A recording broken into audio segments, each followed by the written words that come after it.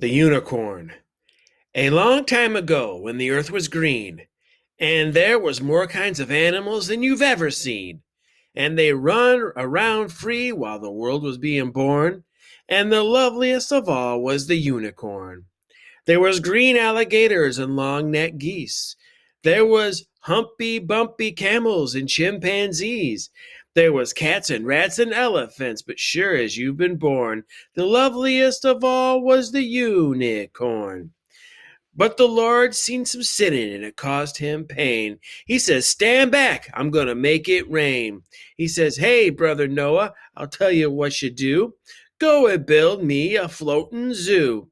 And you take two alligators and a bunch of geese, two humpy bumpy camels and two chimpanzees. Take two cats and rats, elephants, and sure as you've been born, Noah, don't you forget my unicorn." Now Noah was there, and he answered the calling, and he finished up the ark just as the rain started falling. He marched in the animals two by two, and he called out as they went through, "Hey, Lord, I got your two alligators and your couple of geese, your humpy bumpy camels and your two chimpanzees. Got your cats and rats and elephants, but Lord, I'm so forlorn, 'cause I just don't see no unicorn." Old Noah looked out through the driving rain, but the unicorns was hiding, playing silly games. They were kicking and splashing in the misty morn. Oh, them silly unicorn. Then the goat started goating and the snake started snaking. The elephant started elephanting and the boat started shaking.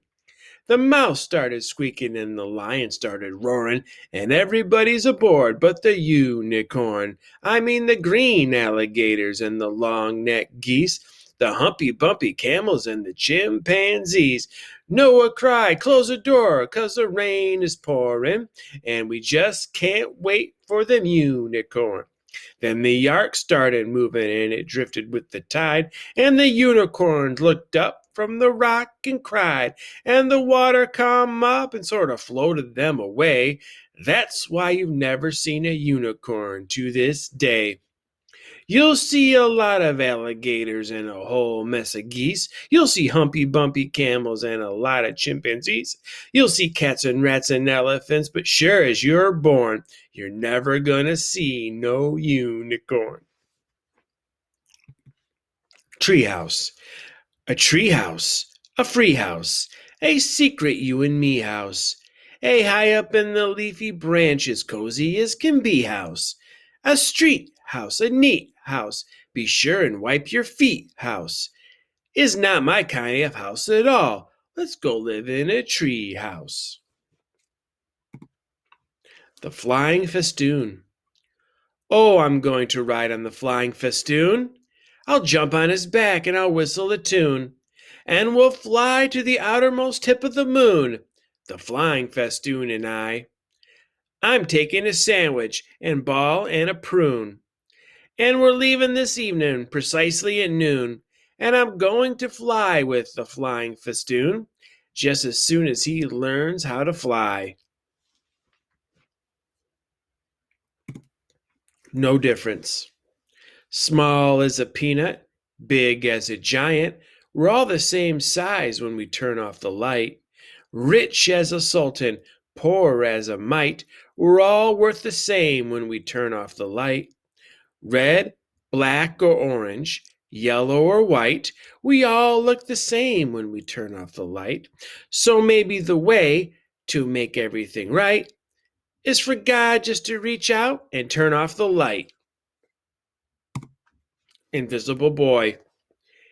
And here we see the invisible boy in his lovely invisible house, feeding a piece of invisible cheese to a little invisible mouse. Oh, what a beautiful picture to see! Will you draw an invisible picture for me? Tight hat. I tried to tip my hat to Miss McGaffrey. I never should have put it on so tight, 'cause it won't come off my head, and my neck got stretched instead. That's what you get for trying to be polite. Peanut butter sandwich.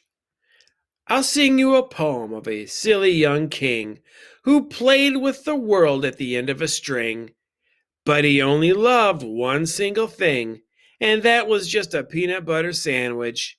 His scepter and his royal gowns, his regal throne and golden crowns, were sticky and brown from the mounds and drippings from each peanut butter sandwich.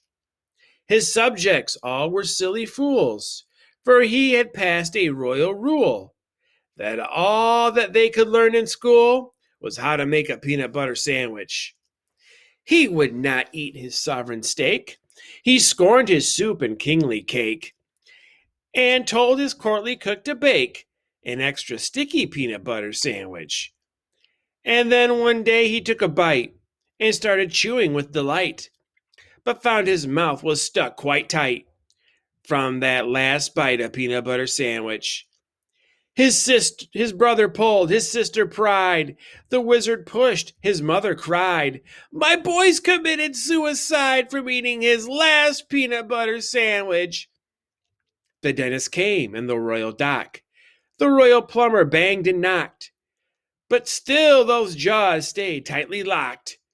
Oh, darn that sticky peanut butter sandwich. The carpenter, he tried with pliers. The telephone man tried with wires. The firemen, they tried with fire, but couldn't melt that peanut butter sandwich.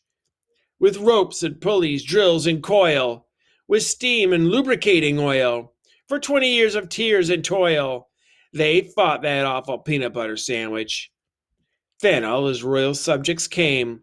They hooked his jaws with grappling chains and pulled both ways with might and main against that stubborn peanut butter sandwich.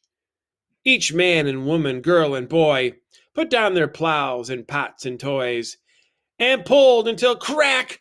Oh joy! They broke right through that peanut butter sandwich.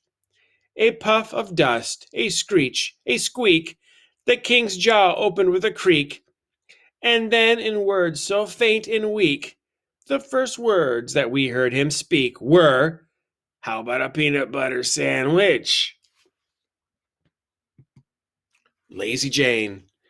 Lazy, lazy, lazy, lazy, lazy, lazy Jane.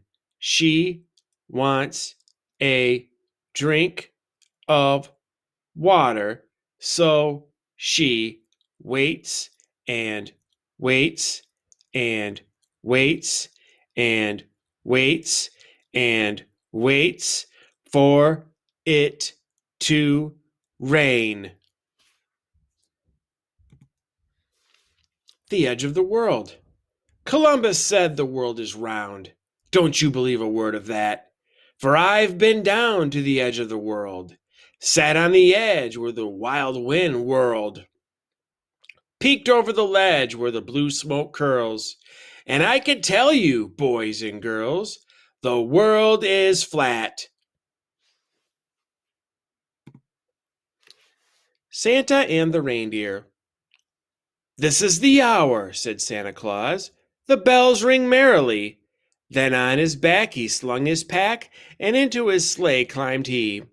Oh, Dancer, oh, Prancer, on Donner, on Blitzen, on Comet and Cupid, he cried, and all the reindeers leaped but one, and that one stood silently. He had pulled the sleigh for 1,000 years, and never a word he spoke. Now he stood in the snow and he whispered low, oh, what do you have for me?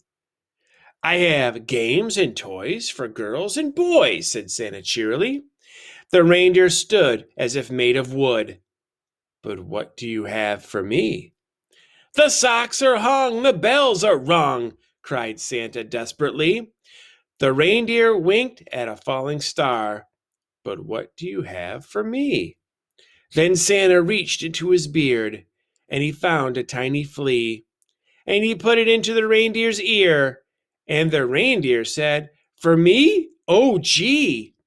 And into the blue away they flew with the flea. And the moral of this Yuletide tale, you know as well as me.